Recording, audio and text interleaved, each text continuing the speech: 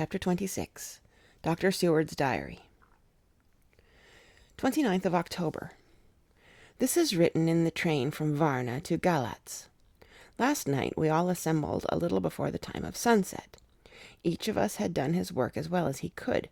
So far as thought and endeavor and opportunity go, we are prepared for the whole of our journey and for our work when we get to Galatz. When the usual time came round, Mrs. Harker prepared herself for her hypnotic effort, and after a longer and more serious effort on the part of Van Helsing than has been usually necessary, she sank into the trance.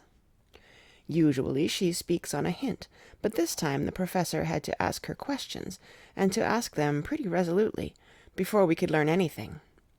At last her answer came. "I can see nothing. We are still. There are no waves lapping, but only a steady swirl of water softly running against the hawser. I can hear men's voices calling, near and far, and the roll and creak of oars in the rowlocks. A gun is fired somewhere. The echo of it seems far away.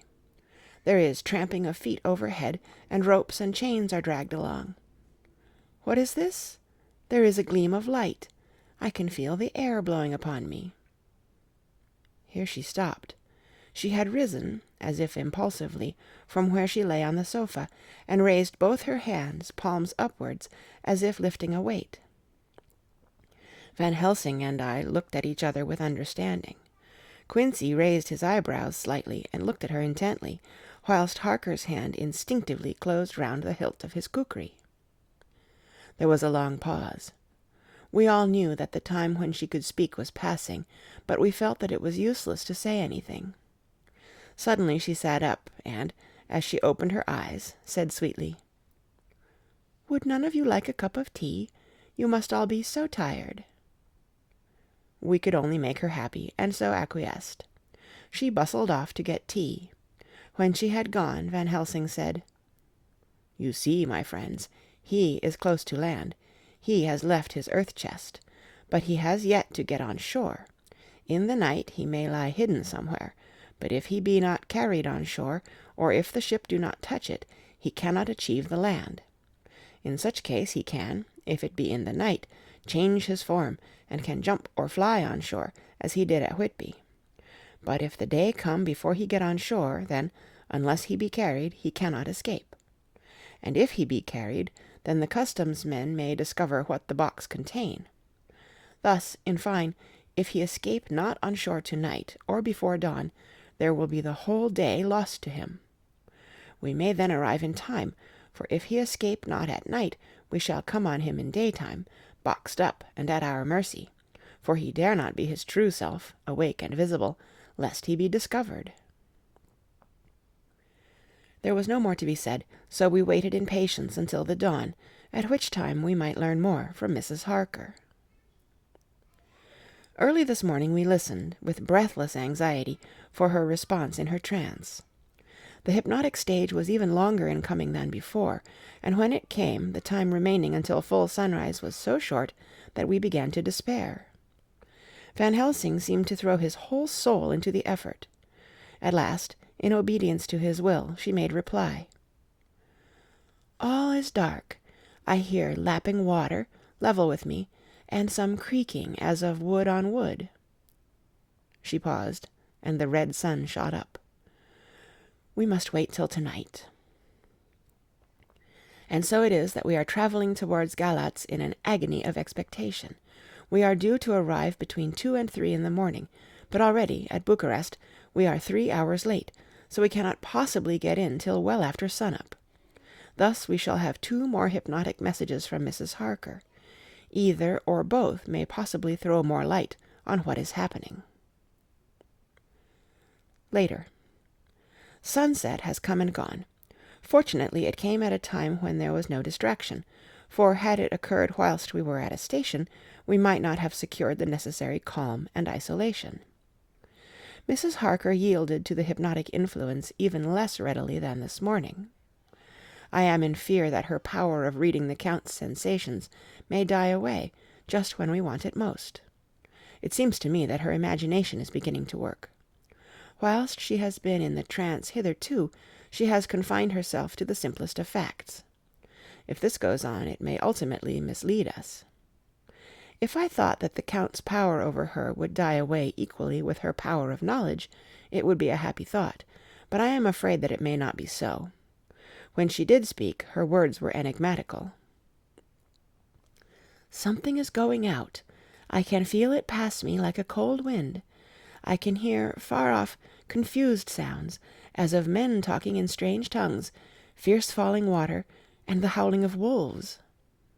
She stopped, and a shudder ran through her, increasing in intensity for a few seconds, till, at the end, she shook as though in a palsy. She said no more, even in answer to the professor's imperative questioning. When she woke from the trance, she was cold and exhausted and languid, but her mind was all alert. She could not remember anything, but asked what she had said. When she was told, she pondered over it deeply, for a long time, and in silence. 30th of October, 7 a.m. We are near Galatz now, and I may not have time to write later. Sunrise this morning was anxiously looked for by us all. Knowing of the increasing difficulty of procuring the hypnotic trance, Van Helsing began his passes earlier than usual. They produced no effect, however, until the regular time, when she yielded with a still greater difficulty, only a minute before the sun rose. The professor lost no time in his questioning. Her answer came with equal quickness. "All is dark. I hear water swirling by, level with my ears, and the creaking of wood on wood. Cattle low, far off. There is another sound, a queer one, like—" She stopped, and grew white, and whiter still. Go on, speak, I command you," said Van Helsing in an agonized voice. At the same time there was despair in his eyes, for the risen sun was reddening even Mrs. Harker's pale face.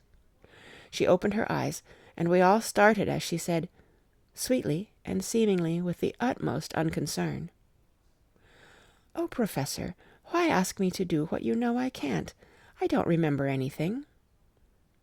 Then, seeing the look of amazement on our faces, she said, turning from one to the other with a troubled look, "What have I said? What have I done? I know nothing, only that I was lying here, half asleep, and heard you say, 'Go on, speak, I command you.' It seemed so funny to hear you order me about, as if I were a bad child." "Oh, Madam Mina," he said sadly, "it is proof, if proof be needed, of how I love and honor you, when a word for your good, spoken more earnest than ever, can seem so strange, because it is to order her whom I am proud to obey.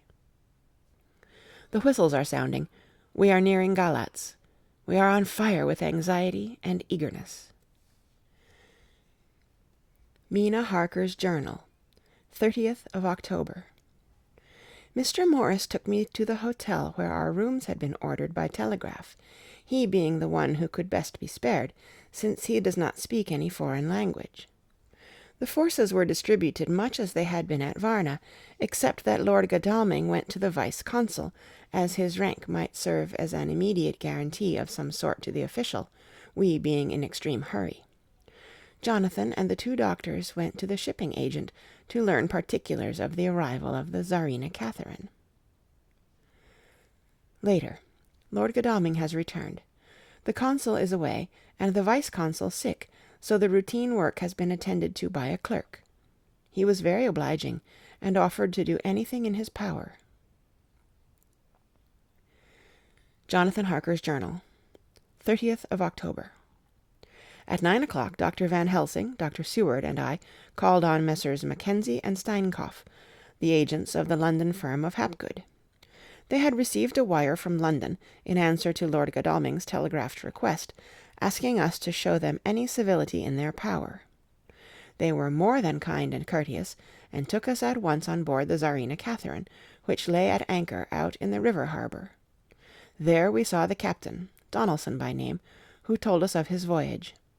He said that in all his life he had never had so favourable a run. "Man," he said, "but it made us afeard, for we expected that we should have to pay for it with some rare piece of ill luck, so as to keep up the average. It's no canny to run frae London to the Black Sea wi' a wind ahint ye, as though the deil himself were blawing on your sail for his ain purpose. And a' the time we could no speer a thing. Gin we were nigh a ship or a port or a headland, a fog fell on us and travelled wi' us, till when after it had lifted and we looked out, the deil a thing could we see. We ran by Gibraltar wi'out being able to signal, until we came to the Dardanelles and had to wait to get our permit to pass. We never were within hail o' aught. At first I inclined to slack off sail and beat about till the fog was lifted, but whiles I thocht that if the deil was minded to get us into the Black Sea quick, he was like to do it whether we would or no. If we had a quick voyage, it would be no to our miscredit wi' the owners, or no hurt to our traffic, and the old mon who had served his ain purpose wad be decently grateful to us for no hindering him." This mixture of simplicity and cunning, of superstition and commercial reasoning, aroused Van Helsing, who said, "Mine friend, that devil is more clever than he is thought by some, and he know when he meet his match." The skipper was not displeased with the compliment, and went on, "When we got past the Bosphorus, the men began to grumble. Some of them, the Romanians, came and asked me to heave overboard a big box, which had been put on board by a queer-looking old man just before we had started for London. I had seen them speer at the fellow, and put out their twa fingers when they saw him, to guard against the evil eye. Man, but the superstition of foreigners is perfectly ridiculous. I sent them about their business pretty quick, but as just after a fog closed in on us, I felt a wee bit as they did, and it's something, though I wouldn't say it was agin the big box. Well, on we went, and as the fog didn't let up for 5 days, I just let the wind carry us, for if the deil wanted to get somewheres, well, he would fetch it up a reet, and if he didn't, well, we'd keep a sharp lookout anyhow. Sure enough, we had a fair way and deep water all the time, and 2 days ago, when the morning sun came through the fog, we found ourselves just in the river opposite Galatz. The Romanians were wild, and wanted me right or wrong to take out the box and fling it in the river. I had to argue with them about it wi' a handspike, and when the last of them rose off the deck wi' his head in his hand, I had convinced them that, evil eye or no evil eye, the property and the trust of my owners were better in my hands than in the river Danube. They had, mind ye, taken the box on the deck ready to fling in, and as it was marked Galatz via Varna, I thocht I'd let it lie till we discharged in the port and get rid o't altogether. We didn't do much clearing that day, and had to remain the nicht at anchor, but in the morning, braw and early, an hour before sun-up, a man came aboard wi' an order, written to him from England, to receive a box marked for one Count Dracula. Sure enough, the matter was one ready to hand. He had his papers areet, and glad I was to be rid of the damn thing, for I was beginning mysel to feel uneasy at it. If the deil did have any luggage aboard the ship, I'm thinking it was nane ither than that same." "What was the name of the man who took it?" asked Dr. Van Helsing, with restrained eagerness. "I'll be telling ye quick," he answered, and stepping down to his cabin produced a receipt signed Emanuel Hildesheim. Bergenstrasse 16 was the address. We found out that this was all the captain knew, so with thanks we came away. We found Hildesheim in his office, a Hebrew of rather the Adelphi theatre type, with a nose like a sheep and a fez. His arguments were pointed with specie, we were doing the punctuation, and with a little bargaining he told us what he knew. This turned out to be simple but important. He had received a letter from Mr. Deville of London, telling him to receive, if possible before sunrise, so as to avoid customs, a box which would arrive at Galatz in the Tsarina Catherine. This he was to give in charge to a certain Petrov Skinsky, who dealt with the Slovaks who traded down the river to the port. He had been paid for his work by an English banknote, which had been duly cashed for gold at the Danube International Bank. When Skinsky had come to him, he had taken him to the ship and handed over the box, so as to save porterage. That was all he knew. We then sought for Skinsky, but were unable to find him. One of his neighbours, who did not seem to bear him any affection, said that he had gone away 2 days before, no one knew whither. This was corroborated by his landlord, who had received by messenger the key of the house, together with the rent due, in English money. This had been between 10 and 11 o'clock last night. We were at a standstill again. Whilst we were talking, one came running and breathlessly gasped out that the body of Skinsky had been found inside the wall of the churchyard of St. Peter, and that the throat had been torn open as if by some wild animal.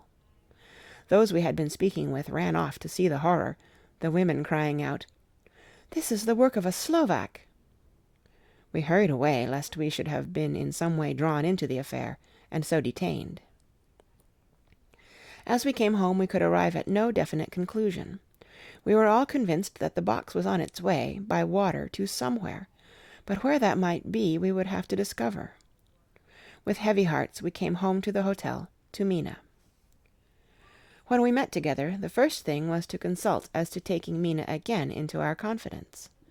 Things are getting desperate, and it is at least a chance, though a hazardous one. As a preliminary step, I was released from my promise to her. Mina Harker's Journal, 30th of October, evening. They were so tired and worn out and dispirited that there was nothing to be done till they had some rest, so I asked them all to lie down for half an hour, whilst I should enter everything up to the moment. I feel so grateful to the man who invented the traveller's typewriter, and to Mr. Morris for getting this one for me. I should have felt quite astray doing the work if I had to write with a pen. It is all done. Poor dear, dear Jonathan, what he must have suffered, what must he be suffering now? He lies on the sofa hardly seeming to breathe, and his whole body appears in collapse. His brows are knit, his face is drawn with pain. Poor fellow, maybe he is thinking, and I can see his face all wrinkled up with the concentration of his thoughts. Oh, if I could only help at all! I shall do what I can. I have asked Dr. Van Helsing, and he has got me all the papers that I have not yet seen. Whilst they are resting, I shall go over all carefully, and perhaps I may arrive at some conclusion. I shall try to follow the professor's example, and think without prejudice on the facts before me. I do believe that under God's providence I have made a discovery. I shall get the maps and look over them. I am more than ever sure that I am right. My new conclusion is ready, so I shall get our party together and read it. They can judge it. It is well to be accurate, and every minute is precious. Mina Harker's memorandum, entered in her journal. Ground of inquiry. Count Dracula's problem is to get back to his own place. A. He must be brought back by someone. This is evident, for had he power to move himself as he wished, he could go either as man or wolf or bat, or in some other way. He evidently fears discovery or interference, in the state of helplessness in which he must be, confined as he is between dawn and sunset, in his wooden box. B. How is he to be taken?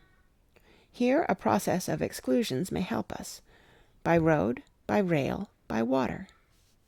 1. By road, there are endless difficulties, especially in leaving the city. X. There are people, and people are curious, and investigate. A hint, a surmise, a doubt as to what might be in the box would destroy him. Y. There are, or there may be, customs and octroi officers to pass. Z. His pursuers might follow. This is his highest fear, and in order to prevent his being betrayed, he has repelled, so far as he can, even his victim, me. 2. By rail. There is no one in charge of the box.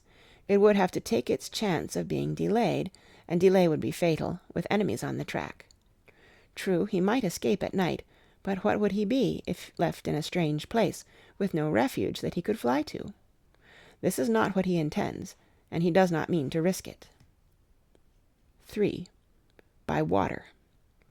Here is the safest way in one respect, but with most danger in another. On the water he is powerless except at night.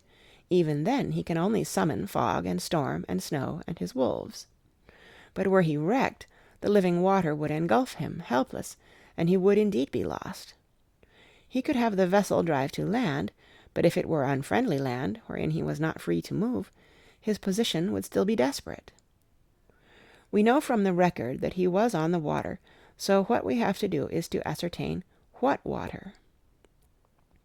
The first thing is to realize exactly what he has done as yet. We may then get a light on what his later task is to be.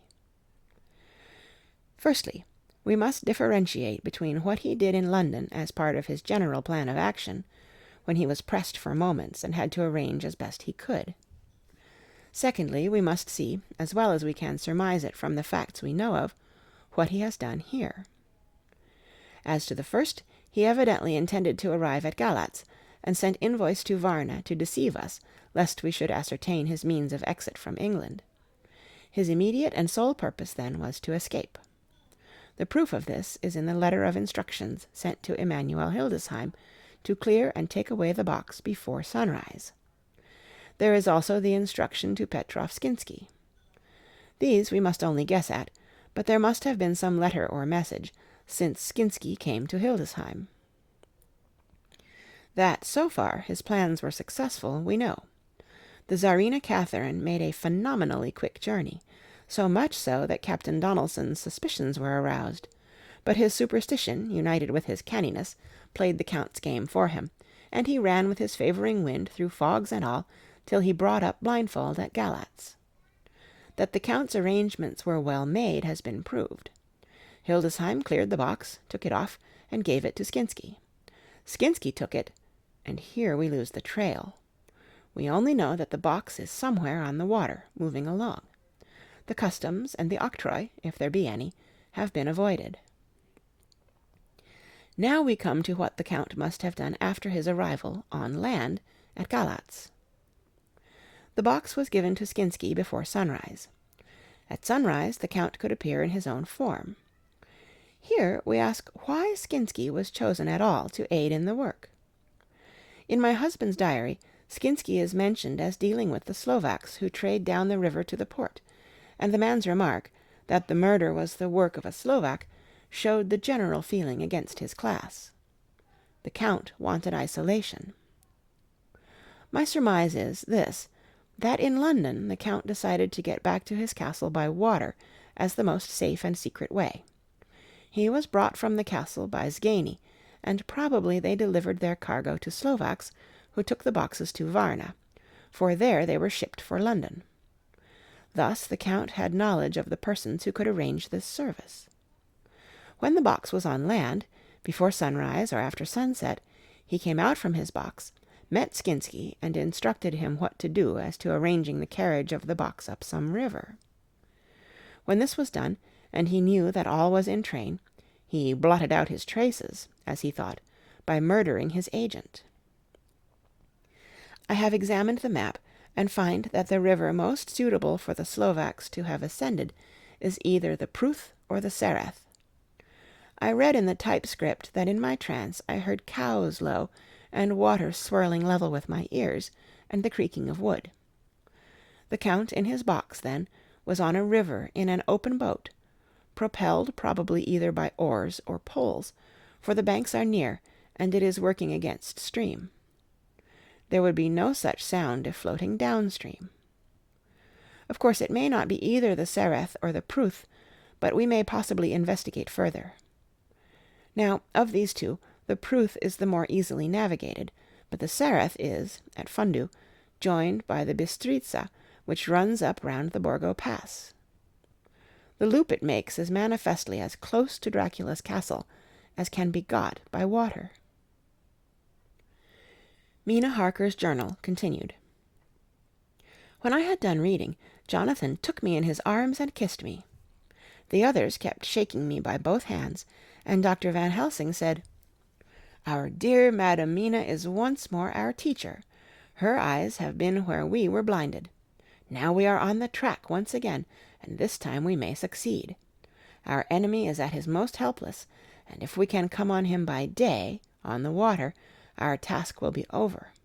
He has a start, but he is powerless to hasten, as he may not leave his box lest those who carry him may suspect. For them to suspect would be to prompt them to throw him in the stream, where he perish. This he knows, and will not. Now, men, to our council of war. For here and now we must plan what each and all shall do."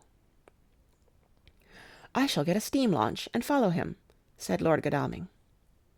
"And I horses to follow on the bank, lest by chance he land," said Mr. Morris. "Good," said the Professor, "both good, but neither must go alone. There must be force to overcome force if need be. The Slovak is strong and rough, and he carries rude arms." All the men smiled, for amongst them they carried a small arsenal. Said Mr. Morris, "I have brought some Winchesters. They are pretty handy in a crowd, and there may be wolves. The Count, if you remember, took some other precautions. He made some requisitions on others that Mrs. Harker could not quite hear or understand. We must be ready at all points." Dr. Seward said, "I think I had better go with Quincy. We have been accustomed to hunt together, and we two, well armed, will be a match for whatever may come along. You must not be alone, Art. It may be necessary to fight the Slovaks, and a chance thrust, for I don't suppose these fellows carry guns, would undo all our plans. There must be no chances this time. We shall not rest until the Count's head and body have been separated, and we are sure that he cannot reincarnate." He looked at Jonathan as he spoke, and Jonathan looked at me. I could see that the poor dear was torn about in his mind. Of course he wanted to be with me, but then the boat service would, most likely, be the one which would destroy the vampire. Why did I hesitate to write the word? He was silent a while, and during his silence Dr. Van Helsing spoke. "Friend Jonathan, this is to you for twice reasons. First, because you are young and brave and can fight, and all energies may be needed at the last. And again that it is your right to destroy him, that which has wrought such woe to you and yours. Be not afraid for Madam Mina. She will be my care, if I may. I am old. My legs are not so quick to run as once, and I am not used to ride so long, or to pursue as need be, or to fight with lethal weapons. But I can be of other service. I can fight in other way. And I can die, if need be, as well as younger men. Now let me say that what I would is this.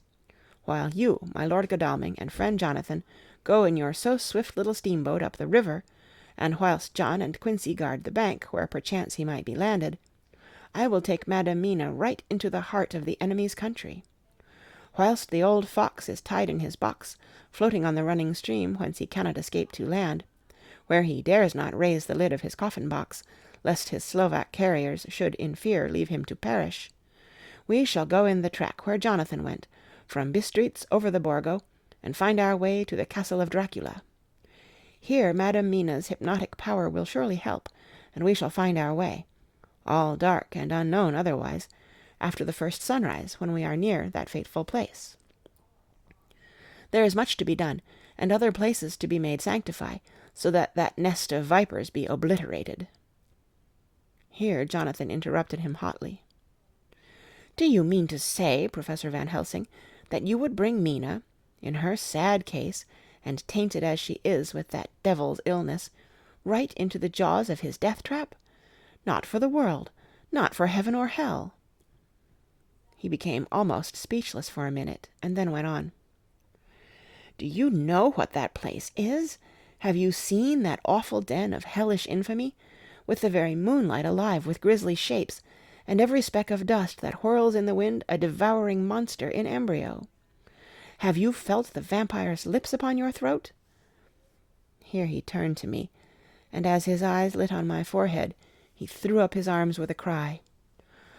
"Oh, my God, what have we done to have this terror upon us?" And he sank down on the sofa in a collapse of misery. The Professor's voice, as he spoke in clear, sweet tones, which seemed to vibrate in the air, calmed us all. "Oh, my friend, it is because I would save Madam Mina from that awful place that I would go. God forbid that I should take her into that place. There is work, wild work, to be done there, that her eyes may not see. We men here, all save Jonathan, have seen with their own eyes what is to be done before that place can be purified. Remember that we are in terrible straits. If the Count escape us this time, and he is strong and subtle and cunning, he may choose to sleep him for a century, and then in time our dear one, he took my hand, would come to him to keep him company, and would be as those others that you, Jonathan, saw. You have told us of their gloating lips. You heard their ribald laugh as they clutched the moving bag that the Count threw to them. You shudder, and well may it be. Forgive me that I make you so much pain, but it is necessary.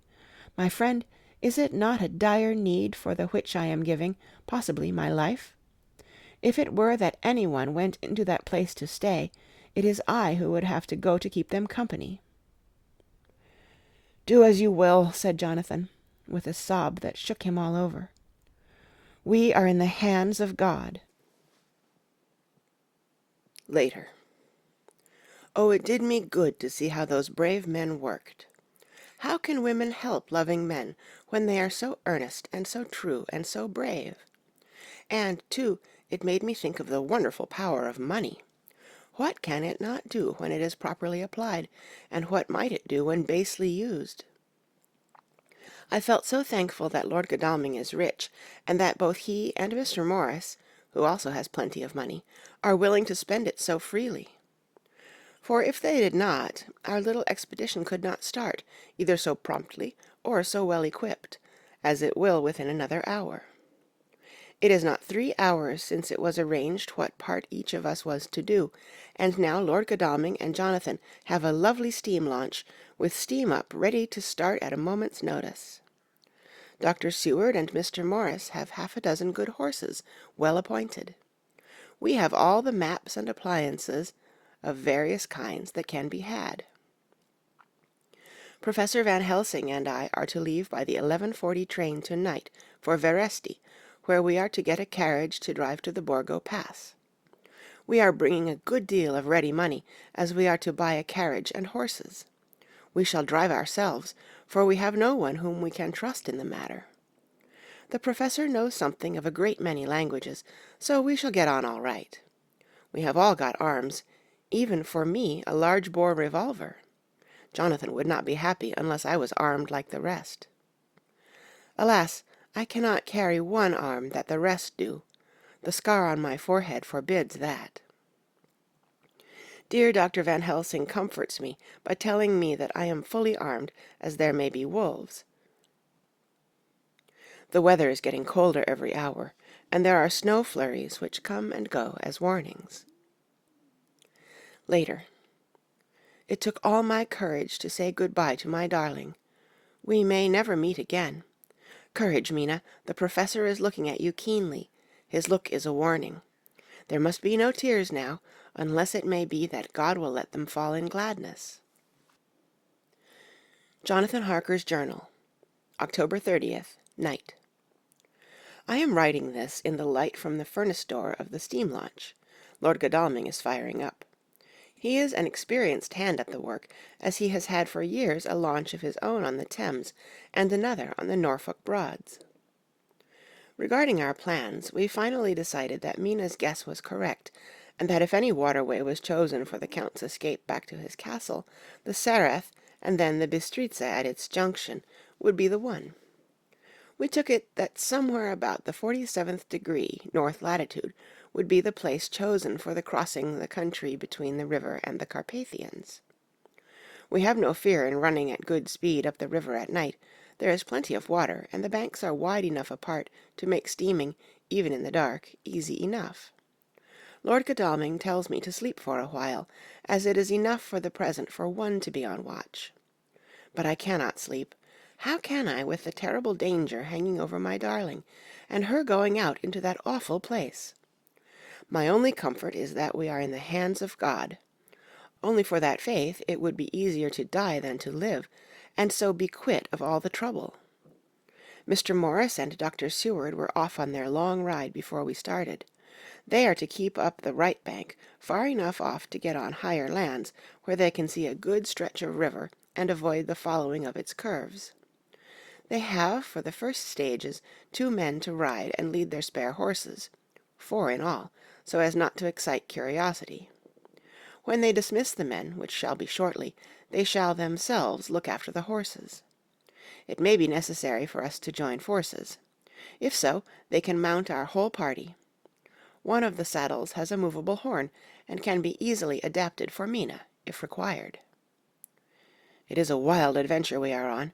Here, as we are rushing along through the darkness, with the cold from the river seeming to rise up and strike us, with all the mysterious voices of the night around us, it all comes home. We seem to be drifting into unknown places and unknown ways, into a whole world of dark and dreadful things. Godalming is shutting the furnace door. 31st of October. Still hurrying along. The day has come, and Godalming is sleeping. I am on watch. The morning is bitterly cold. The furnace heat is grateful, though we have heavy fur coats. As yet we have passed only a few open boats, but none of them had on board any box or package of anything like the size of the one we seek. The men were scared every time we turned our electric lamp on them, and fell on their knees and prayed. 1st of November, evening. No news all day. We have found nothing of the kind we seek. We have now passed into the Bistritza, and if we are wrong in our surmise, our chance is gone. We have overhauled every boat, big and little. Early this morning, one crew took us for a government boat and treated us accordingly. We saw in this a way of smoothing matters, so at Fundu, where the Bistritza runs into the Sereth, we got a Romanian flag, which we now fly conspicuously. With every boat which we have overhauled since then, this trick has succeeded. We have had every deference shown to us, and not once any objection to whatever we chose to ask or do. Some of the Slovaks tell us that a big boat passed them, going at more than usual speed, as she had a double crew on board. This was before they came to Fundu, so they could not tell us whether the boat turned into the Bistritza or continued on up the Sereth. At Fundu we could not hear of any such boat, so she must have passed there in the night. I am feeling very sleepy. The cold is perhaps beginning to tell upon me, and nature must have rest sometime.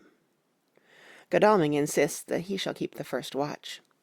God bless him for all his goodness to poor dear Mina and me. 2nd of November, morning. It is broad daylight. That good fellow would not wake me. He says it would have been a sin to, for I slept peacefully and was forgetting my trouble. It seems brutally selfish for me to have slept so long and let him watch all night, but he was quite right. I am a new man this morning, and, as I sit here and watch him sleeping, I can do all that is necessary, both as to minding the engine, steering, and keeping watch. I can feel that my strength and energy are coming back to me. I wonder where Mina is now, and Van Helsing. They should have got to Veresti about noon on Wednesday. It would take them some time to get the carriage and horses, so if they had started and travelled hard, they would be about now at the Borgo Pass. God guide and help them. I am afraid to think what may happen. If we could only go faster, but we cannot. The engines are throbbing and doing their utmost. I wonder how Dr. Seward and Mr. Morris are getting on. There seem to be endless streams running down the mountains into this river, but as none of them are very large, at present at all events, though they are terrible doubtless in winter and when the snow melts, the horsemen may not have met such obstruction. I hope that before we get to Strasbourg we may see them, for if by that time we have not overtaken the Count, it may be necessary to take counsel together what to do next. Dr. Seward's Diary, 2nd of November.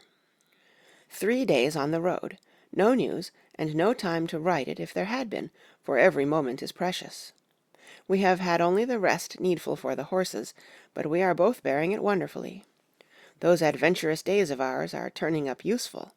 We must push on. We shall never feel happy till we get the launch in sight again. 3rd of November. We heard at Fundu that the launch had gone up the Bistritza. I wish it wasn't so cold. There are signs of snow coming, and if it falls heavy it will stop us. In such case we must get a sledge and go on, Russian fashion. 4th of November. Today we heard of the launch having been detained in an accident when trying to force a way up the rapids. The Slovak boats get up all right, by aid of a rope and steering with knowledge. Some went up only a few hours before. Godalming is an amateur fitter himself, and evidently it was he who put the launch in trim again. Finally they got up the rapids all right, with local help, and are off on the chase afresh. I fear that the boat is not any better for the accident. The peasantry tell us that after she got upon smooth water again, she kept stopping every now and again so long as she was in sight. We must push on harder than ever. Our help may be wanted soon. Mina Harker's Journal. 31st of October. Arrived at Veresti at noon. The professor tells me that this morning at dawn he could hardly hypnotize me at all, and that all I could say was, "Dark and quiet." He is off now buying a carriage and horses.